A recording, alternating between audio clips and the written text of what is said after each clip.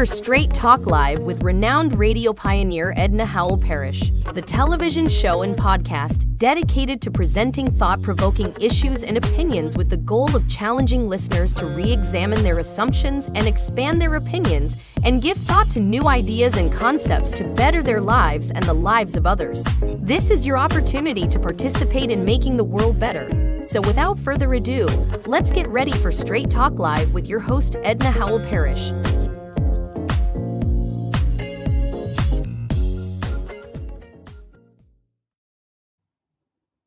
Welcome everyone to the show. It's Straight Talk Live, issues and opinions with Edna and friends. And today I have a friend here that I've been waiting for a long time to get him on the show. You're going to really love this show. It's going to be so exciting. And we're going to talk about the election, what's going on with Donald Trump, what's going on with Kamala Harris, what's going on in the world when it comes to religion and education. And those people who are speaking out, are they speaking out long or are they speaking out wrong? Got a lot to talk about that today. 17 days until the polls open for people to go vote at the election polls. The time has run out. Can you imagine 17 days? I tell you, I'm excited. I'm also a little tensed up too, and so are a lot of people in America, tense about this whole issue. Our guest today has an opinion about it too. He is the author of this book. Hopefully you can see it. You're going to hear a lot about it. Let's see here. I'm in the camera here. The Paralysis of Analysis in African American Studies, Corporate Capitalism and Black Popular Culture. Stephen C. Ferguson II. Welcome to the show, Stephen. Thank you so much for having me. I really appreciate it. I think a lot of the work that you're doing is so important in terms of educating people about contemporary issues. So thank you so much for having me. Well, thank you for being here, and thank you for writing this book, The Paralysis of Analysis in African American Studies. This title was so juicy. Well, it's interesting. I was trying to capture three things that I thought were happening parallel. Certain things that were happening in the wider cultural world, what was going on in terms of hip hop, and what was going on in terms of African American studies. And so it gave me an opportunity in particular to look at hip hop in a particular way that I think hadn't been done before. So two of the things I looked at in terms of hip hop was looking at hip hop through the lens of philosophy. And then the other was looking at certain political economic developments that are important in terms of understanding the changes within hip hop. Well, has this been done before? Or is this pretty much an original thought and idea? It is original in this respect that there have been books that have looked at the economics of hip hop. There is one book that looks at philosophy and hip hop. But one of the shortcomings of both of them is I think that most people, if you ask them, can't give you a definition musically of what hip hop is. And that's a very tricky question that, has been evaded. But what are the implications of that when we look at hip hop and its various transformations? So just to give you an example of what I mean is that sometimes when people talk about hip hop, they talk about this golden era that goes from about the 1970s to the mid 90s. And then we talk about some kind of break that happens after that. But one of the arguments I make, and it may be controversial, is that there's a definite break that happens with hip hop in 1996. And I argue that that's important in terms of understanding the contemporary character of what we're calling hip hop. Why 1996? That's interesting. Yeah. So 6 things happened in 1996 that are important. The first one that I think is so important that most people overlook is sampling is ended in hip hop in 1996. So there were a couple of lawsuits prior to that, but the biggest one basically was against De La Soul. And reason I argue that that's important is because what sampling allowed hip hop to do is to develop its own sound by using old forms of music, primarily jazz, but also funk. And that often offered a particular generation, my generation, a vehicle to understand the previous generation's music. So a lot of people became, they call them crate junkies, looking at old hip hop, old jazz songs, old R&B, blues songs, and how to incorporate that in the news media. And what's interesting, also using clips from people like Malcolm X, Martin Luther King, and incorporating that into the music. What happens after 96 in terms of sampling is that, as we know, initially the initial attempt is to replace it with R&B, and then we got more a popish sound coming into the early 2000s. And so that had a particular influence. The other influences are, and I'll run through them very quickly. Tupac, of course, dies in 1996, and his death is important because Tupac represented the bringing together of what were apparently two incompatible traditions within hip hop: political rap and gangster rap.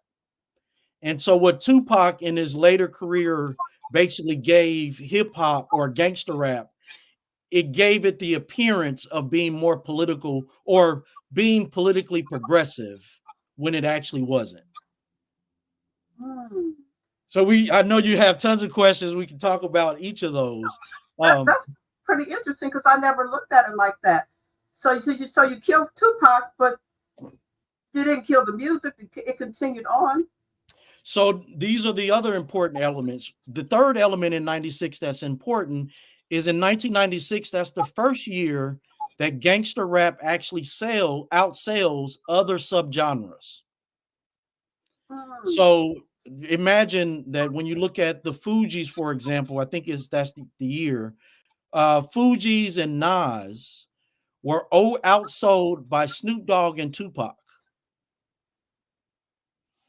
Now, if you know anything about the genre, gangster rap, because of the cussing, the content, usually tried to fly up under the radar. They weren't trying to be mainstream.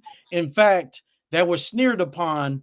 If you were in the mainstream, you were seen as, selling out the music in some kind of way. So that was an important part.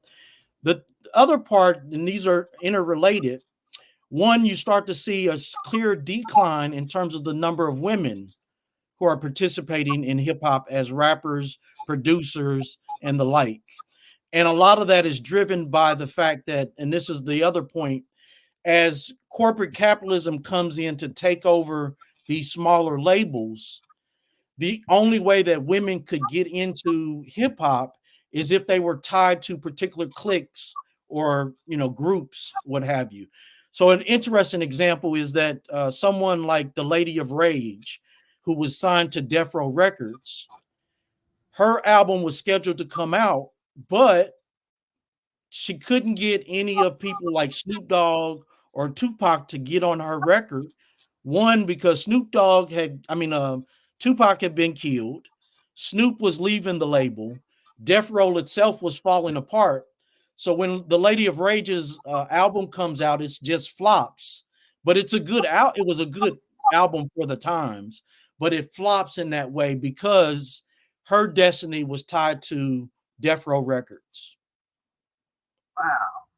The other interesting thing that happens, though, is that if you think about it, and this is, I think for some of your listeners, this might seem like a bygone era.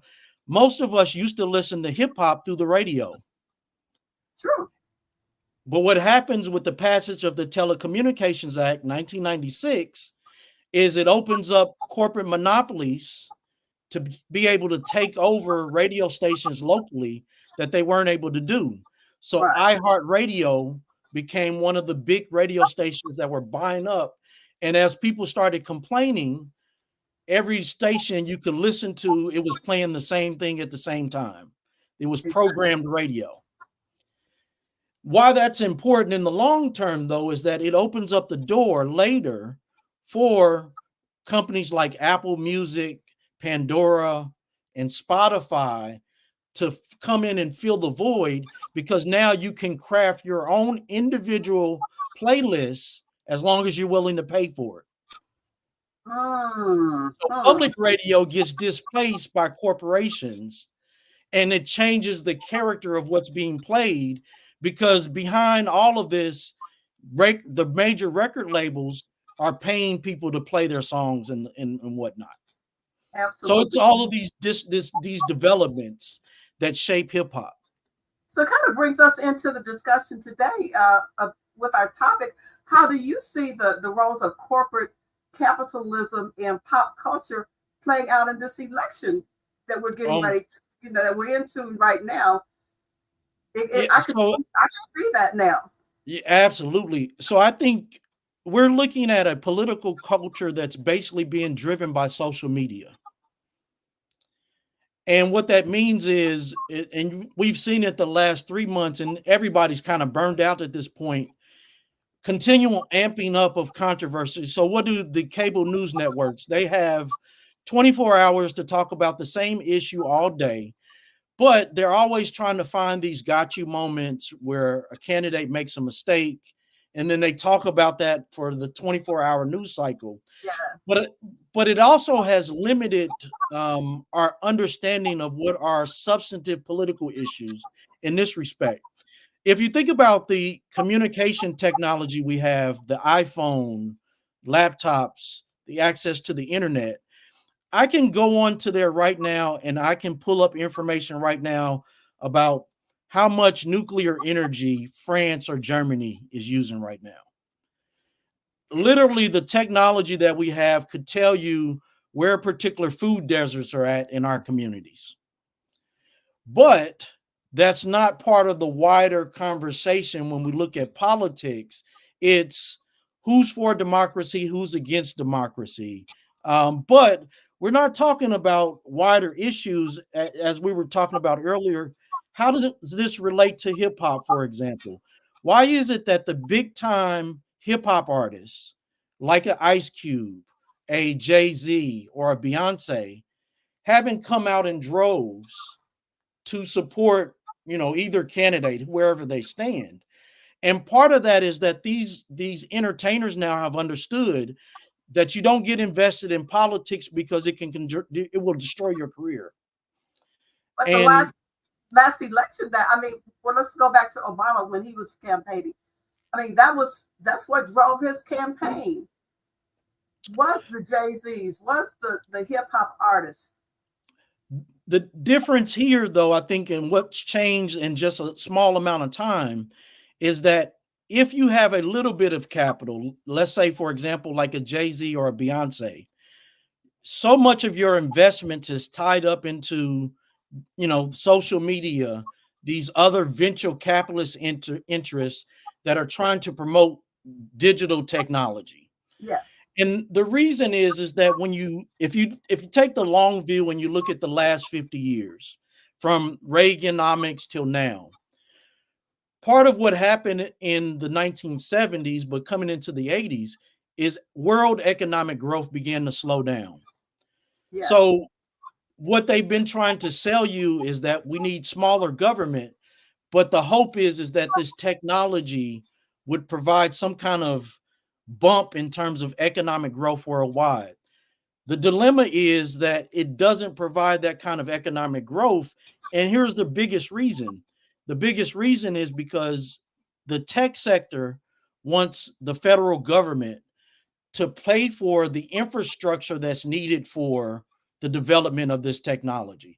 So if you think about electric cars, for example, the one reason why we've had a huge jump in terms of electric cars is the federal government was subsidizing electric cars by giving people tax credits, right? If you look at the development of electric cars, this is the holdback, though. Big tech does not want to pay for the charging stations that would be necessary to fuel electric cars throughout this country.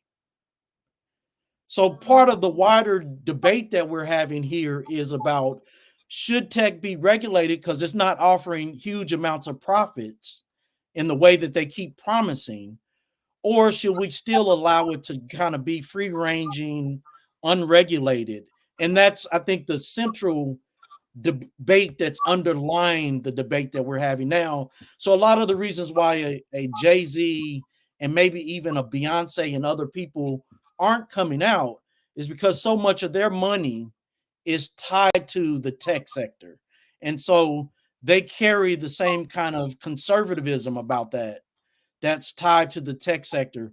It's very clear. I think we were talking earlier about, when you look at Jay-Z's venture in cryptocurrency right before it fell, he was in Marcy projects trying to sell cryptocurrency to working class people.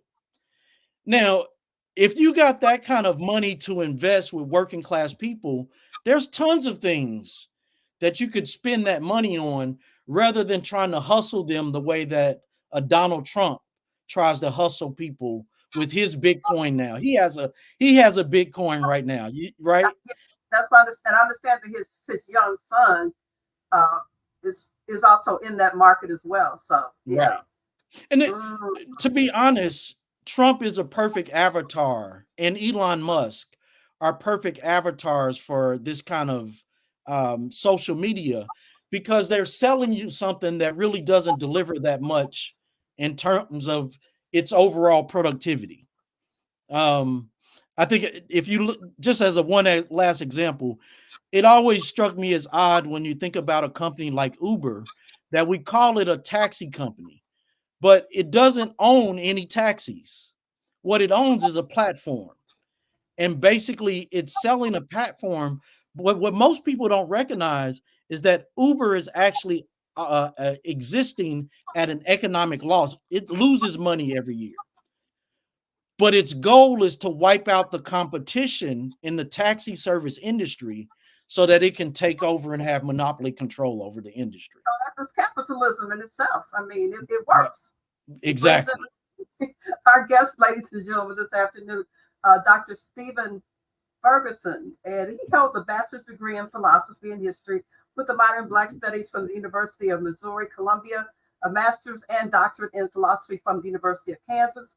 He has taught at Auburn University and North Carolina A&T, and his areas of expertise include African American philosophy, philosophy of African American studies. I can go into some of the books that you wrote, but you have really have done it all. You have this book out.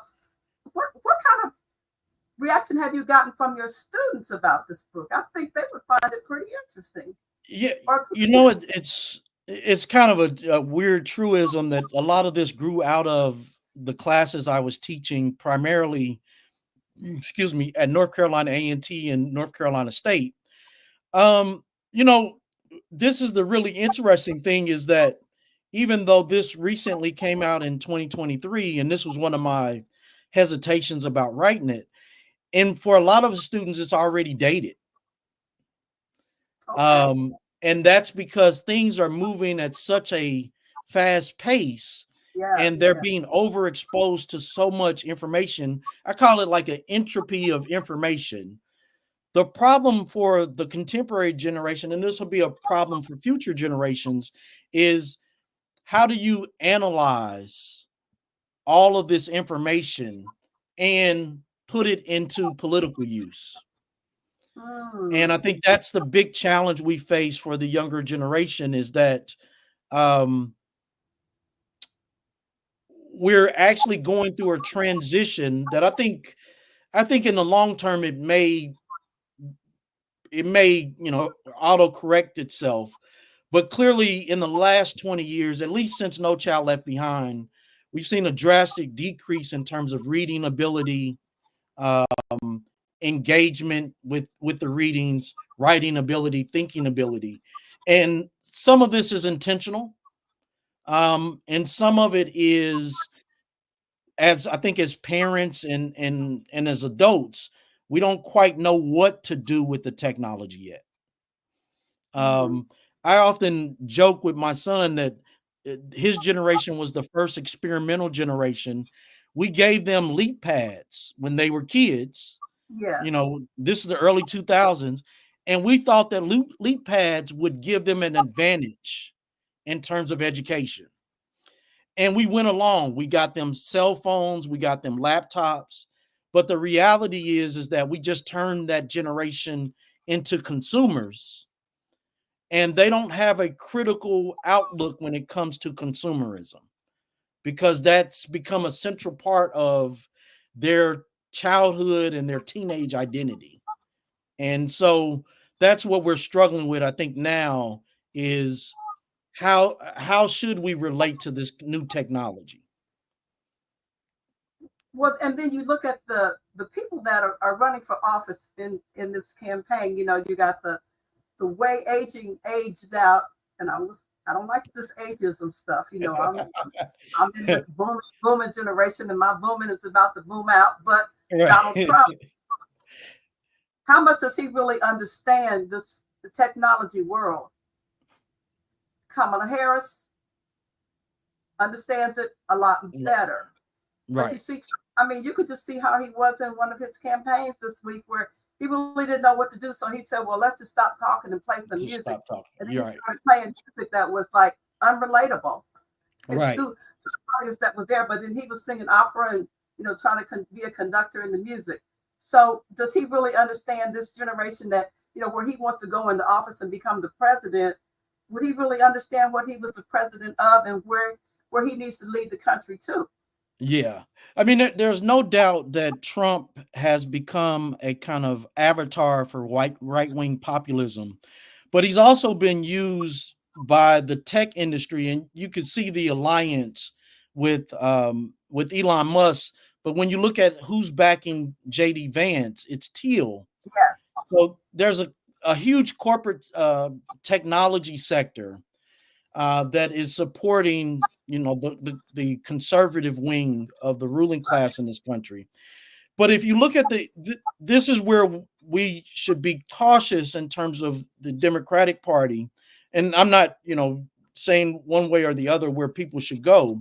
But what I am saying is that when you look at the Democratic Party, in order for her to pull in this broad kind of umbrella of support, she's brought in a number of elements, and some of those are tech elements that it's unclear where her policy is going to go with that. It's clear when you look at parents that parents want regulation of this technology. But the wider question, as I was saying earlier, is not just technology itself, but for what purposes are we using the technology for? And are we using it to help working class people have a better standard of living? And I think those are some of the hardcore issues that we really haven't started peeling away as a community. Um, that we really got to tackle what this means, because here's one thing that I know for sure, and this was the result of writing the book. One of the things that the capitalism, the ruling class, has become very good at is throwing money around to promote particular people for particular agendas. So Hmm. think about it in this sense. If we were talking, we all know these stories. When Martin Luther King wins the Nobel Peace Prize, despite the fact that he needed the money to take care of his family, and Coretta Scott King definitely wanted him to bring that money home, he made a crucial decision to give that money to the movement. Yes. Now we exist in a period that we had a movement, but we know very quickly that that movement, Black Lives Matter, got sold out by corporations throwing money at three of the women that are at the top. And they, even to the point where those women wouldn't even use the money to give it to Michael Brown's family Hmm. so that they could start a community center in Ferguson, Missouri. But if you think about people beyond that, think of Van Jones. Um, what's the Jeff Bezos' ex-wife? Gave Hmm. him millions of dollars, right? So the ruling class has stored up a stockpile of cash that they're giving away to political celebrities in different forms. The other weird, bizarre way of thinking about this is, think of someone like a Cornel West. We Yes. traditionally think of Cornel West as a kind of left liberal of sorts, however you want to frame that. But here's someone who's running for president, and one of his key backers is Harlan Crow, the guy that's backing Clarence Thomas. Now it comes together. Now I see it. So if we have all of this information to analyze it, but if you don't know how to analyze these developments, you may do like a lot of my students, and I think this is the appropriate term. We used to call it apathy, but it's a political indifference. And that's why a lot of people don't get involved in the election. Exactly. These people that sell out, that have this money, like you say, could do something with that money that could help the community, and they stockpile it all for themselves. Just greed. Right. Greed. They have learned the corporate culture, and they have become greedy and forgotten about the race. And and the interesting thing is, and you and I remember this as a tradition, we didn't need fact checkers to tell us whether or not something was true or false, because we understood that we couldn't depend on the ruling class to teach us Black history. So we didn't rely on that as the authority. We said, oh, John Hope Franklin is good on African American history. Now think about it. Hannah Jones, who's not trained as a historian, can write a book called The 1619 Project that's marketed by the New York Times, and we're supposed to take this as a valuable contribution to African American studies. But she got paid, but who else benefited from the 1619 Project? We haven't heard about that since that happened a couple years ago. So is this part of the paralysis of the analysis in African American studies? Is that why can't we get off and get this taught? Somebody's holding something up. Right. So I think one of the dilemmas that we face is that we never got to a point in the 80s or the 90s to have a serious critical discussion about the Black Power movement and what that meant in political terms. So from the Mississippi Freedom Democratic Party, Stokely Carmichael, all of these figures, our general thinking was that now the civil rights movement is over. We need to support, Black candidates or candidates that support a Black agenda. But here's the difficulty, and you know this very well being from Ohio, the class differences that have grown up in the last 30 to 50 years and separated wealthier Black people from working class Black people has created a really divide that we're trying to hold together rather than talk about real concrete issues that affect working class people. I give you an example of what I mean, and you just think of it in terms of language. If you think about the last, say, 30 years or so, there's two categories that I think are really interesting in terms of how we've changed over time. One is, have you noticed that we now talk about wealth inequalities, but not poverty? Well, yeah, I mean, take, for example, Kamala Harris. She talks about the middle class. I'm from the middle class. And now, what about the working class? What about those people just trying to get up? Just trying to get up. And we don't have a way, we haven't adjusted our analysis to take into poverty what it means after the formal ending of segregation, what that means. But here's another interesting one where I think this creates a level of confusion, and some of this grows out of coming from segregation to a post-segregation era. You and I may remember this more so than younger generations. When we used to have a Black person that talked proper English, we used to say that they were talking white, right? We used to use these black and white categories to talk about that. Well, if you fast forward to 2024, think about a category like bougie or classy. We used to think when you saw I know people that used to fight when you used to describe them as bougie because they saw themselves as working class. Right.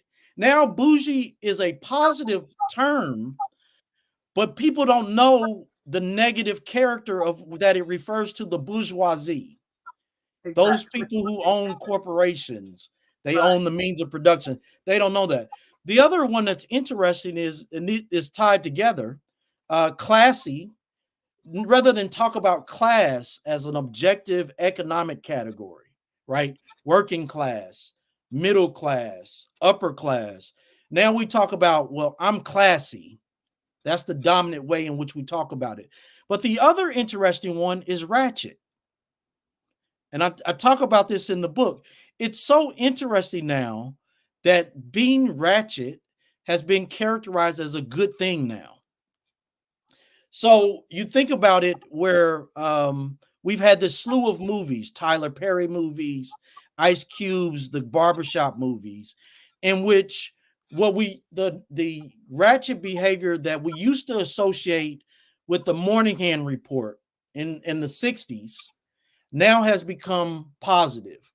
I don't know if your listeners are familiar, but in the 1960s, Moynihan came out with this report saying basically that the black family was dysfunctional.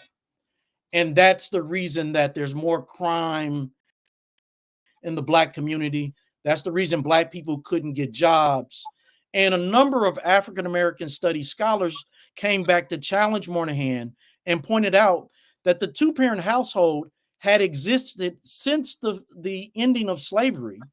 So there was no sense in which slavery broke up the family. More Yeah. instances than not, when you had a single parent household up until 1965, it usually was a male headed household because the woman had died in childbirth. Mm. So you get to 1965. What's interesting is black people, the last wave of black people coming from the South, came to the North, these urban areas, at the very time when deindustrialization was starting to happen. And so black men, because they were the breadwinners, they had to go find manufacturing jobs in various places and leave their families in a lot of instances to rely on welfare. Now, you might recall this, but a lot of people don't remember this. You couldn't have an unemployed male in your household if you were receiving food stamps or welfare assistance. Oh yeah. So, I remember so that. there were some Mhm. decisions black people had to make during that period. Right. But this ties into the larger trajectory. If we look at contemporary times, what happened? By the 80s, the growth areas were not in manufacturing. All of the major manufacturings in Ohio, Missouri were disappearing, going overseas, going to Mexico. But black women, because they were in government employment, in health services, in some instances in education, but also in social services, those areas started to grow. One of the reasons that they Mm. started to grow is that rich people were getting all of these goo gobs of money from Reaganomics, and they were able to put it into corporate philanthropy. And that's funding a lot of these salaries that you're seeing a lot of women receive. But here's the major issue. We never settle this gender debate as we come into 2024, such that there are a lot of black men that got caught up in the prison system because, and they weren't able to develop, a career, a job. They kind of got left behind. And women, in large part, moved ahead. And that's created a real split in terms of how black men, I think, and black women are looking at this issue. But you can see similar divisions among Latinos in that respect. Right. And it kind of brings us up to date with the election and thinking about Kamala Harris, President Obama campaigning for Harris this weekend, and throughout this whole campaign has had some comments about black men, and then there are comments from black men that they're not supporting Harris, and it's been interesting to think about it. Some people are saying that they don't trust the fact that a woman can run the country, or either this jealousy. Do you think that Mm. could be part of that?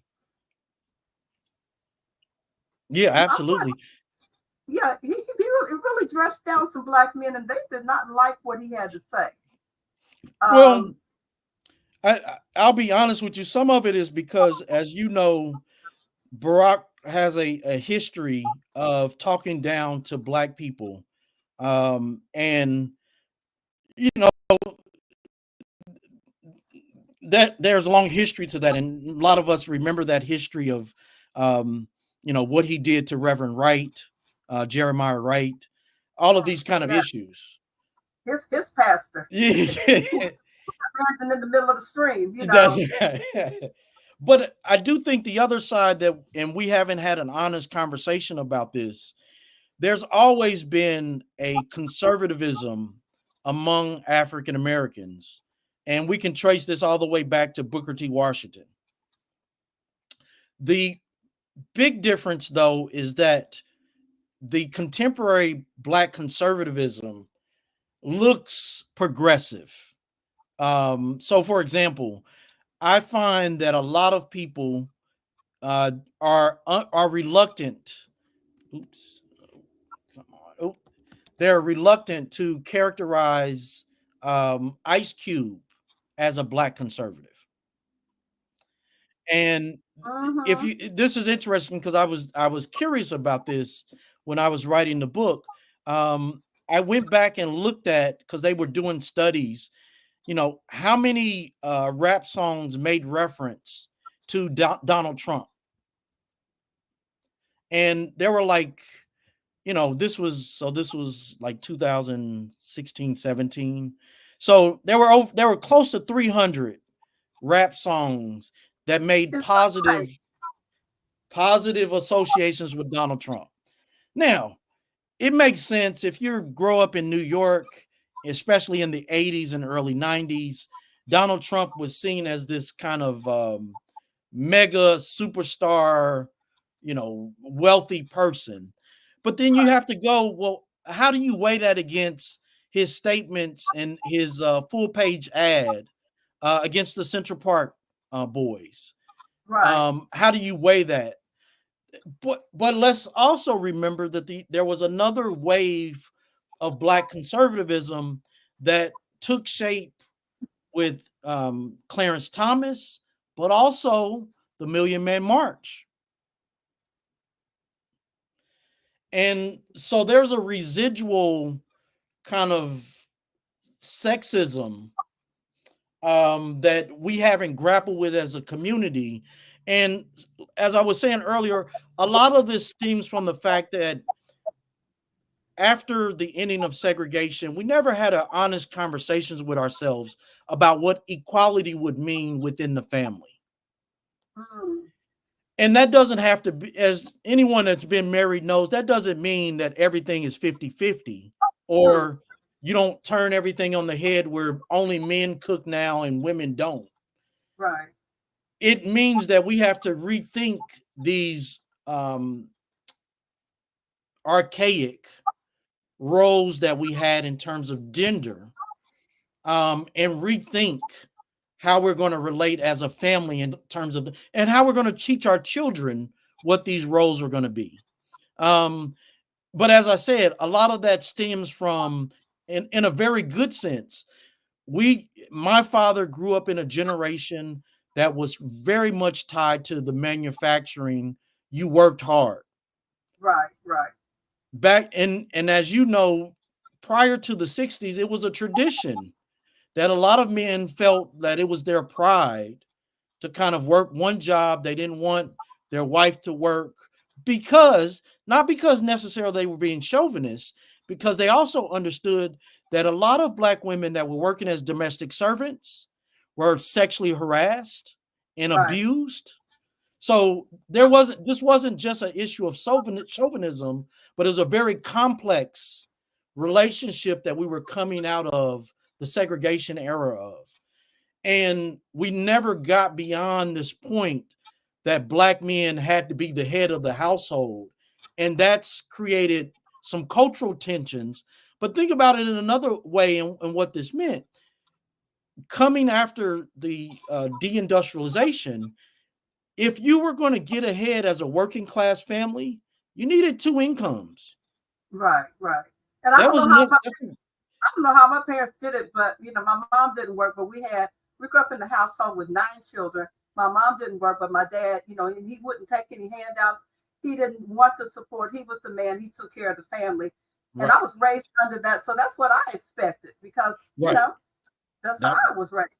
But right, it's interesting with this whole issue, Obama and black men, and he was suggesting that the lack of enthusiasm for Kamala Harris was pronounced, he said, from the brothers. The brothers weren't supporting. But then, Stephen A. Smith, commentator, Stephen A. had a lot to say about it. And right. I want to share that with our listeners about what he had to say and see if you agree with Stephen A. Okay.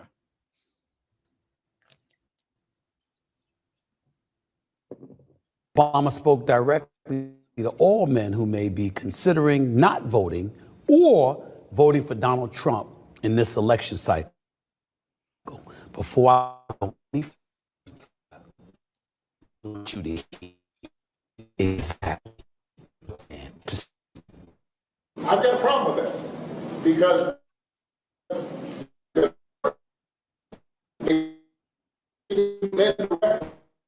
part of it makes me think that, well, you just aren't feeling the idea of having a woman as president. Up with other alternatives and other reasons for that. And so now you're thinking about sitting out or even supporting somebody who has a history of denigrating you?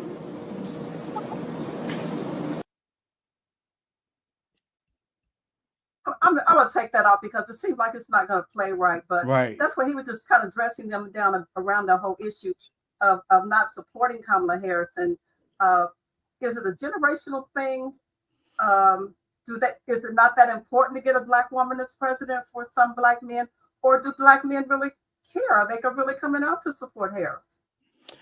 I think it's a mixed bag because here's the larger issue that we have to grapple with, and this Obama's not going to raise this, and for too many generations, and we can go back to the Clinton compromise. You can go back even to the Mississippi Freedom Democratic Party. There's a real sense in which why should I vote, and that raises the profound question of many people raise this issue every 4 years. They say, people die for your right to vote. No, people actually didn't die for your right to vote. What they died for was to advance the struggle because they saw that as a central component of the struggle at that period.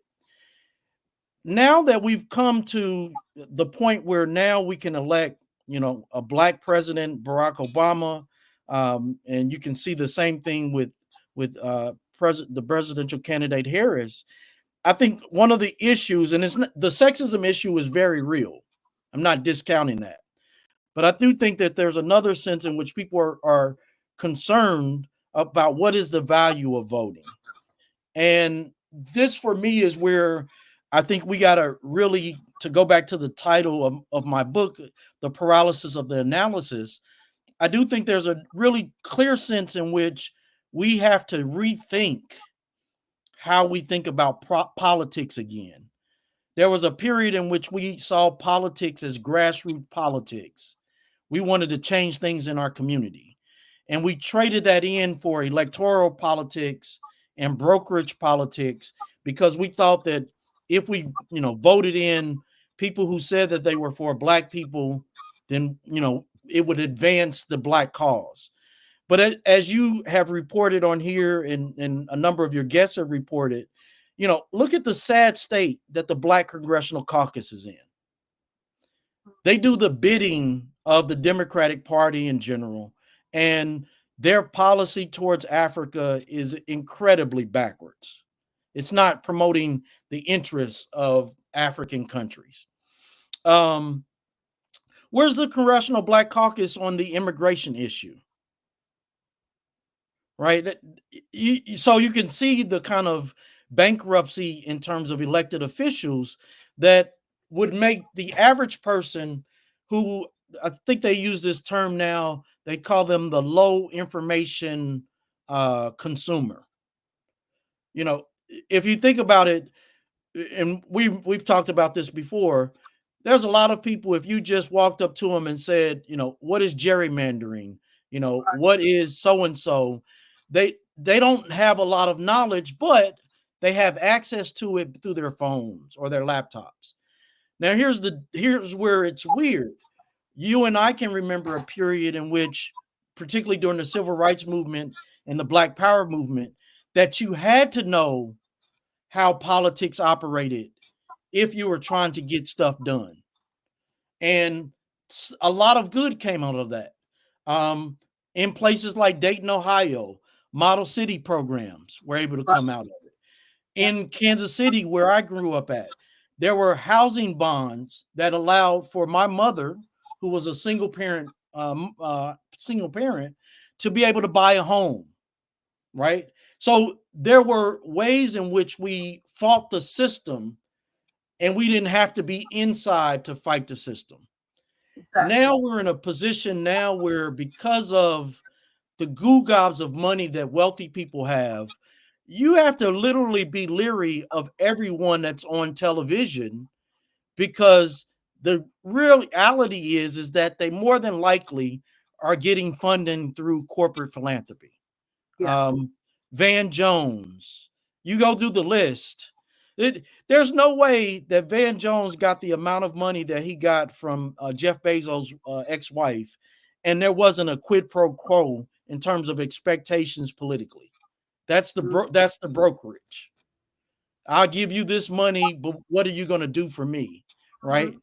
And so those are I think the real dilemmas that people are confronting, is because this is where we really got to move the discussion, and this is really gets at the core of the digital age that we're in. When you look at working class people today, there's a considerable segment of the working class people, and this cuts across race, who are working in what we would call contract jobs or temp jobs. That's doing DoorDash. They may be doing Uber. There's a lot of people that are doing 3 and 4 different jobs to pull together a job. So it really becomes a question of, if we're going to have a discussion about what is in the interest of Black people, my tendency is to think that we have to privilege Black working class interests as part of how we talk about Black interests. But it's all But for, that I see it for people doing it, a lot of it for self, even internet businesses, online, being a host of a podcast. I make no money doing what I do, because that's what I do it for, the love of people and making sure that our people get information. So I'm not paying for any of this. I don't want anybody paying me for what I do. But there are people out there who have quit their day jobs just to do podcasting. That's right. Making money, even if it's nothing but gossip. And That's nothing right. but it's true. Right. They're living for that. They're looking for $1. Even like with Elon Musk, the richest man, I think, in the world. Yeah. He's offering $1 million a day until the election to register voters in the state who signed his organization's petition. He's going to give $1 million a day to people. Yep. Guess what? It's 16 more days, 17 more days. He can give this money and throw it at people, and people will sell out. At 100%. Just to get that money. That's right. And that's what's, I think, what's interesting about our period, and I think this started with your generation, is once credit opened up, it also meant that people were willing to go in debt in pursuit of the American dream. Yes. And that's the dilemma that we're at. The things that you just pointed to are clear indications that the levels of poverty are so intense that people are willing to do anything in order to make money. But that's what they're seeing reflected in the entertainment industry. So think about it. What we used to think of as musicians are now entertainers, but that's because the companies that run the music labels are entertainment conglomerates. Sony Records is no longer just records that they're selling entertainment. So you look at someone like a Snoop Dogg. Snoop Dogg probably hasn't come out with a record in quite some time, No. but he's able to become the new Steve Harvey. He's on the Olympics. He's on now he's on The Voice. But but that reflects the reality that a lot of people are dealing with. They have to piece together 5 jobs in order to make a living. Exactly. He's selling alcohol. He's promoting school videos that we play in the school that I work at. You know, for the kindergarten kids, they're learning things about school and ABCs and that kind of thing. The Soup Dog presents in his cartoon commercials for children. So he's broadening it and making all the money for self and for family. I don't know. I know he does some things for the community in some communities, but like you said, it's all for self, and we have become so free. This trend started after 1996. It started a little earlier than that, but after 96, it really begins to pick up. And the reason is twofold. What happens in 2000, once Napster comes on the scene, it devastates the music industry. Because now the music industry is not making any money because we can download the music for free. But that also put artists in a tight bond because they weren't making any money to begin with. So how did Diddy become so rich? Was it off of the artists and the music? Was it because he spread the wealth out and started investing? Diddy actually opens up this kind of Diddy is one of the key players, along with, I would say, Jay-Z, in terms of presenting this particular image. And it became very sellable when you enter into the early 2000s. What Diddy was able to do was he was able to exploit a lot of young talent. And of course, we know about Craig Mack, Biggie Smalls, and Lil' Kim. But he was able to take their masters and leverage that within the music industry. And if you recall, one of his first ventures was with MTV, where he did Making the Band. Early version of reality TV, right? Right. Now, Jay-Z was a little different, but he was much more willing to open up to corporate capital. Most people don't realize this. So there was a period where Jay-Z came out with his memoir called Decoded. Prior to that memoir coming out, what most people don't remember is Jay-Z had just become the CEO of Def Jam. What's interesting about that is that Def Jam's owned his master recordings because Rockefeller Records was a subsidiary of Def Jam. So basically, he gave himself his master recordings back. He signs this multi-million-dollar deal with Bing, Microsoft, and with an advertising company to come up with his Decoded memoir, which, by the way, was ghostwritten by Dream Hampton, right? Now, if you think about it, you'd say $1 million for Jay-Z to do a memoir. First of all, I want to say this Negro has not contributed that much to deserve to have a memoir, but he was basically banking off of his fame.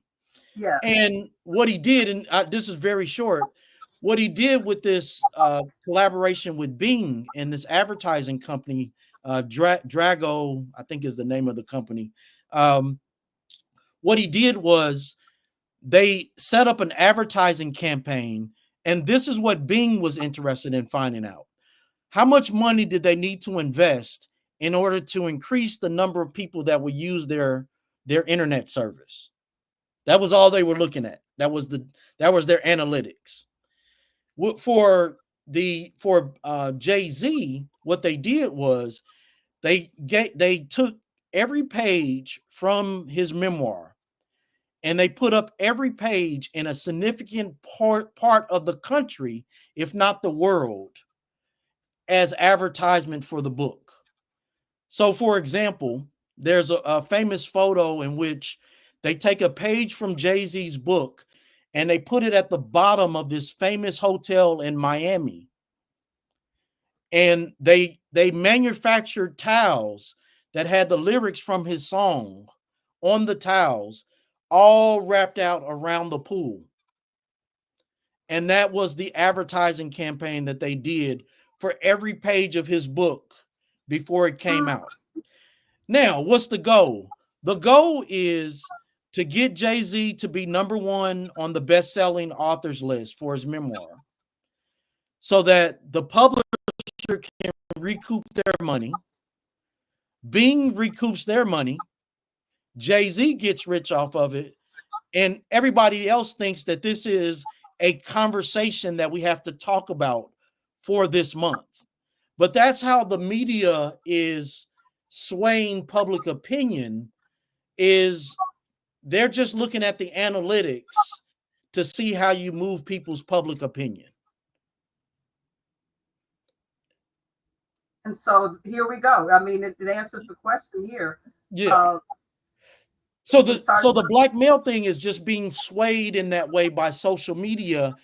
And here's I can tell you this because I remember going to the barbershop. This was about 3 months ago. And my barber, it tends to be pretty progressive. And he was complaining to me about the other barbers in the shop who they either weren't going to vote or they didn't like Kamala Harris. So those that didn't like her because of her criminal reform record, right? Right. But then there are a lot of people that didn't want to vote, not because they didn't think voting was important. Well, I shouldn't say this. A lot of them were Trumpers. And the reason that they're Trumpers, Trump it's not just the right-wing populist rhetoric. Trump hits that entrepreneurial, I call it aspirational capitalism, that is at the core of a segment of our population that's really doing bad. And here's the thing, you're not just talking about people who are temporarily unemployed, but they may even be experiencing things like homelessness. They may be living in their cars, things of that nature. So these are the kind of real issues. But if you're that type of person, who's the elected official that's coming to talk to you about what your issues are? Became famous for The Apprentice. That put him out there, made it seem, and he wasn't doing as great as he was purported to be, but people liked him because of this the phenomena of him being supposedly rich. He carries it off very well. He's loudmouth, brashy. That's exactly what it is. And we'll see if that pays off for him. That he can get his way and become president again. So yeah, there's one other thing I think that we have to have a conversation about, and we haven't. A lot of social scientists are arguing that we're actually experiencing what they're calling a reverse migration, in which African Americans are moving from those northern industrial cities that their parents moved to, and they're moving back to the South. And the South is changing, with the possible exception of Alabama and Mississippi. The South is changing. Go ahead. I was going to say what I was going to propose, because we're at the end of time for the show. Would you come back and we can get into that part of it, because I think that is so important today. People are moving back south, and so it's something that we have to discuss. Thank you for coming. No, thank you so much. Thank you for allowing me to ramble on your show. Good ramble. We appreciate it.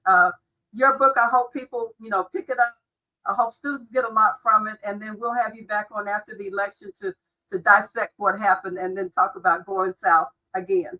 Yeah. Thank you so much for joining us. Thank you so much. I genuinely appreciate it. Thank you so much.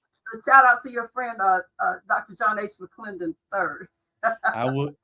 He is. I will gladly come on with him. Most gladly, definitely. All right. Thank you. Bye. All Thanks right, for thank you. tuning in to Thank you Straight again Talk so Live much. with renowned radio pioneer Edna Howell-Parrish, the program dedicated to presenting thought-provoking issues and opinions with the goal of challenging listeners to re-examine their assumptions and expand their opinions and give thought to new ideas and concepts to better their lives and the lives of others. Join us next week for another opportunity to participate in making the world better. So until next week, live your best life from your friends at Straight Talk Live and host Edna Howell-Parrish.